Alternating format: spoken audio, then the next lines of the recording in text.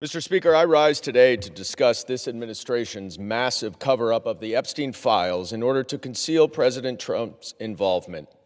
This cover-up reached its apex last month when Attorney General Pam Bondi falsely testified under oath before the House Judiciary Committee. The Attorney General testified, quote, "There is no evidence that Donald Trump has committed a crime. Everyone knows that," unquote. This is a lie. In the 3 million or so documents that the DOJ has disclosed to Congress under the Epstein Files Transparency Act, there is credible evidence that Donald Trump committed a crime. And that, of course, excludes the nearly 3 million pages that the DOJ is refusing to turn over. Donald Trump is mentioned thousands of times in the Epstein files. There are multiple allegations that he sexually assaulted young girls. But I want to focus on one victim's allegations that the FBI unquestionably found to be credible. The DOJ tried to hide reports of 3 of the 4 interviews that this victim gave to the FBI, but pressure from the media and Congress forced them to disclose them. And now we know why. She credibly accuses Donald Trump of sexually assaulting her when she was between 13 and 15. In each of her interviews, this victim recited the same account of her interaction with Donald Trump. On August 7th, 2019, she explained that she was between 13 and 15 when she was left alone with Donald Trump, who, quote, mentioned something to the effect of, "Let me teach you how little girls are supposed to be." Trump unzipped his pants and put her head down, quote, down to his penis, bit the S out of it. Trump struck the victim and said words to the effect of, "Get this little B the hell out of here." The victim advised that she bit Trump's penis because he disgusted her.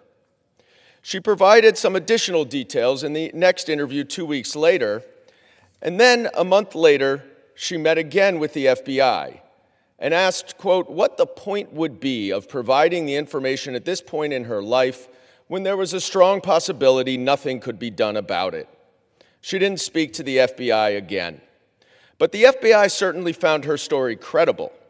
In a 21-page PowerPoint presentation that the FBI made to prosecutors, they included this victim's testimony. They would not have done so if they did not find the evidence credible, which means that Attorney General Bondi lied when she stated under oath that there is no evidence that Donald Trump committed a crime.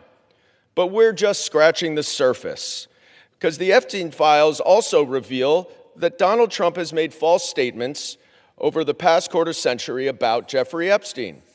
We know in 2002 he called him a terrific guy and said, quote, "It is even said that he likes beautiful women as much as I do, and many of them are on the younger side." In a birthday card, 2003, that Donald Trump gave to Jeffrey Epstein for his 50th birthday, Donald wrote for himself that "we have certain things in common, Jeffrey. Enigmas never aged. Have you noticed that? A pal is a wonderful thing. Happy birthday. And may every day be another wonderful secret."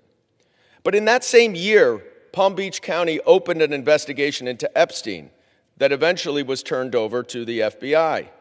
The investigation became public in 2006, and the Palm Beach County police chief received a call quickly after from Donald Trump, where Trump told him, "Thank goodness you're stopping him. Everyone has known he's been doing this." What innocent person calls the police chief about an investigation upon just learning about it? The recent documents also show that Jeffrey Epstein emailed Ghislaine Maxwell and said, quote, "I want you to realize that the dog that hasn't barked is Trump. Redacted victim spent hours at my house with him. He has never once been mentioned." Trump also denied that he ever went on Epstein's plane. But of course, the Southern District of New York said that he was on his plane 8 times, often with young women. The reason why this matters is because we don't have half of the Epstein files. And if the Attorney General is covering this up in such a degree that she is redacting things from Congress, that she then, redacting things from the public that she then shows to Congress, what else is she covering up?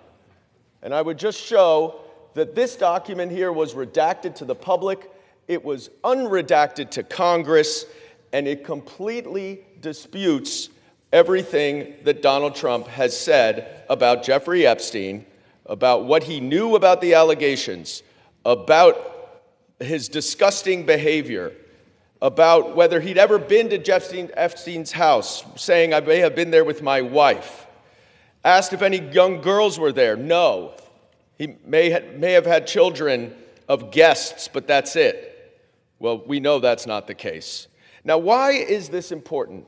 Because if the Attorney General is covering up this information that she then reveals to Congress, what else is she covering up about Donald Trump's involvement in the Epstein files?